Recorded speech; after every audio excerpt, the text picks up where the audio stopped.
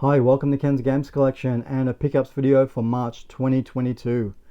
Look, it's been a while since I've done a video. My previous video was a pickups for February 2022. I've just been really busy with work and trying to sit down in front of a camera. I just don't seem to find the time at the moment.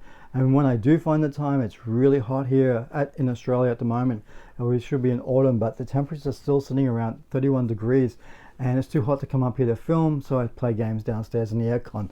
But here is a pickups video, a good cross section of games here. Let's start off with some repro games. I ordered this back in January from AliExpress, and I really thought that this stuff wasn't going to come, and it just came in the mail out of the blue. There was nothing saying that it was going to be getting here. When you look at the tracking for it, was still showing it was shipped from China. There's no updates at all, but finally I got it. So let's have a look at some of this stuff here, starting off with Actraiser. Look, I'm really trying to rebuild my Super Nintendo collection, but it's just too expensive to buy the original games, and trying to find something boxed is really high in price. So I opt for these things. Usually I can pick them up for $22 each. The box got a protective case, the game inside. There's no manual, but that's okay. But they look really good. It's really hard to tell the difference with the carts from the originals to these repros, especially with this seller. So Actraiser was one of my favorite games back in the day on the Super Nintendo. I believe that there is a remake of this. I think it's on Nintendo Switch. I'll probably pick it up one day when the price goes down, or if it ever gets a physical release. But this was a great game.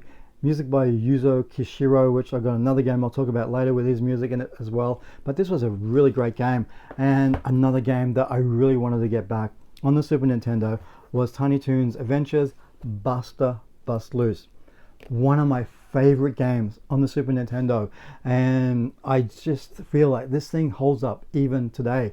Played a little bit of this, the first few levels, and it was just so much fun, and I don't see this sort of stuff anymore, the Tiny Toon games. But you know, back in the day there was a lot of stuff like this, but this was by far the best by Konami. I just really enjoyed this one. So I don't know what this retails for now. Loose disc, if you can try and find a box, I don't know what it's like, but this is actually the US version. The seller on AliExpress didn't have the PAL version, but I have the PAL game, the original game. I picked it up probably about 12 months ago, so I just wanted to have a box. So here it is. Looks really cool. It's a fantastic game. If you haven't tried it, if you're looking for Super Nintendo games, even if you're looking for repro, go for this game. This is such an incredible fun game. Now, when I first found this seller on AliExpress, I saw this game and I'm like, man, I really want to get this. Held off, finally got it, and it's Legend of Zelda Goddess of Wisdom. So this is a ROM hack. This is obviously based on Link to the Past, but the person that developed it, I think there's been a couple of re-releases of this particular mod, because it was hard to begin with or something like that. But yeah, it's pretty much like Legend of Zelda Link to the Past. They change a few things. I haven't really sat down to play this yet, but I just feel like with the front cover they used Wind Waker. The cover there, the cover art, it's a little bit pixelated. They could have went with a higher grade resolution photo, I feel, but it looks really cool. It's a talking piece, and I believe that it's a pretty good game from what I've heard. Now let's get on to PlayStation 2. I haven't picked up a PlayStation 2 in a very long time. Now I forgot about the Tomb Raider series on PlayStation 2, especially after Angel of Darkness, and I don't know why I thought that there was no more Tomb Raider games on the PS2, but we all know that we had Tomb Raider games on, I think it was the GameCube and also the original Xbox. So I come across Tomb Raider Legends for $2.50 at CEX Exchange. It's got the manual in there. I just thought I would want to get that just because I don't think it's going to look, it's not going to look as good as the original Xbox, or even on the Xbox 360 it looked really amazing. But because the PlayStation 2 did sell so many consoles, it warranted to be on the PS2. So I have to put it in just to see what it looks like. I don't have high hopes on how good it looks, but I don't know, it's just something that I didn't even think about back then that, yeah, Tomb Raider on the PlayStation 2. Now I picked up a movie for $2.50 as well. It's a really good movie from the early 90s. It's going back so far now, with Nicole Kidman and Ewan McGregor, Moulin Rouge. This movie really surprised me. I didn't know what to expect from it. Just the way they used the soundtrack was incredible. We got Elton John songs, and you got Sting in there, Police, and Madonna as well. But this was a really cool movie. So $2, I think it was $2.50. Yeah, I'm trying to rebuild some of my Blu-ray collection. Now let's talk about Bloodborne. I've got the collector's edition of Bloodborne, and because of the Elder Rings has been released, so much interest is resurged in FromSoft's other titles, and Bloodborne was a great game. I went to replay it and looked in my steelbook, and there's no game. I don't know where I put the game, so I'm thinking, man, now I'm gonna have to get the game back. Luckily, it was only like $14, but this is the Hong Kong version. It's a really hard game, and I remember playing this. I got up to level 2. It was so frustrating, but because the Gothic environments look so amazing, I persevered with this game. But I'm not a massive fan of FromSoft games. They're just too difficult, and I just don't have the time or patience anymore to play those sort of games. I played so many of those kind of games back in the day on the Mega Drive or the Super Nintendo, where you only have a certain amount of lives, the game over, and you have to restart again. And you know, I'm over that sort of stuff now. But this is an incredible looking game. I just wanted to have the disc back because I got the collector's edition. So I really don't know what I did with it. I think maybe when I traded in my original PlayStation 4, I think I might have left the disc in there. So yeah, somebody's very lucky to have the disc in a PlayStation 4 somewhere.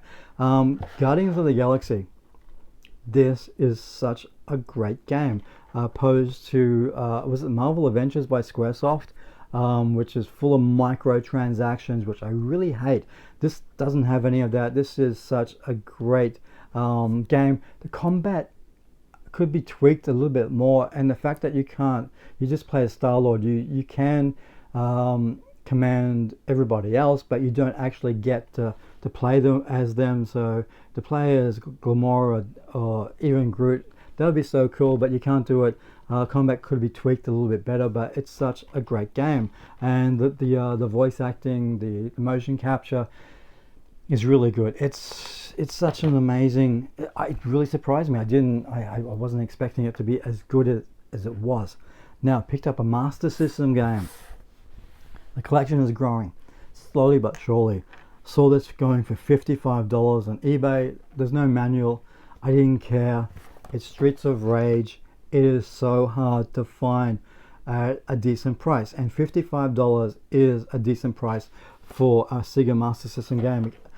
It's amazing because I sat down and started playing it and just realized that they did something really incredible here with an 8-bit system. Although it doesn't look as great as the 16-bit counterpart, it doesn't sound as great, but it still is a technically amazing achievement for the PlayStation, for the what's this, PlayStation 4, for the Sega Master System. Is just so cool. So $55, so happy. Streets of Rage 2, I've seen that on eBay selling for, or trying to sell for, up to $500. That just seems to be even more harder title to find than this one. But this was it's a great game, and music by Yuzo Koshiro is really cool. So happy to have that. Now 3 more games I want to show on the Xbox 360. I picked them up for, I think this was like $2.50, Army of Two. I didn't play this back in the day, and it's a UK copy, I think it is. So I thought for $2.50, I just couldn't walk by it. Trying to get more games for the Xbox 360. The shelf is nearly full. I do have Assassin's Creed Revelation on the PlayStation 3. But let's face facts that the Xbox 360 graphics looks way better than the PlayStation 3. So I do have the original Assassin's Creed game on the Xbox 360. So Revelations is there. I didn't know this came with a soundtrack. So you got the game itself and a soundtrack. So I wasn't expecting that to be in there. And actually, yeah, it was really weird. It just says Assassin's Creed soundtrack. It doesn't say. I just, so I don't know. I have to pop that in. Something that plays CDs, I guess. Well, yeah, PlayStation does. So yeah, it's a great series. Back then, I don't like where it's gone now, but back then it was really cool. Now I picked up Batman Arkham Asylum. I did go and buy Connect Adventures for 50 cents in CX Exchange just to change the case, because the original Batman case that this came in was really ratty, but because it was UK, it has the manual and everything inside. It's really cool. I just thought to go on eBay to buy some Xbox 360 cases, even if it's brand new. I know sellers on there where I can get that from, but for 50 cents I can go in and buy Connect Adventures and just, yeah, change it over. So that's pretty much it. That's my pickups for March 2022. So that's a lot of stuff there. I don't know what I'm getting for the following month. Just been busy with work, like I said, so we'll see what I can do. I am playing through Guardians of the Galaxy at the moment. I'm juggling 3 PlayStation 5 games, which is not a good thing to do. Finish one, move on to the next one. I did finish Ken and the Bridge of Spirits on the PlayStation 4, which I originally bought it on. Then 3 days later, I find a PlayStation 5. So then I get the physical disc of that. So yeah, that's what my daughter and I finished for this month as well, was Ken and Bridge of Spirits on the PlayStation 4. Looks really good. It's hard to believe that even though it looks amazing on the PlayStation 4, that's the worst version you're going to play, the worst version you're going to play of that game. And it still looks beautiful. So yeah, great game.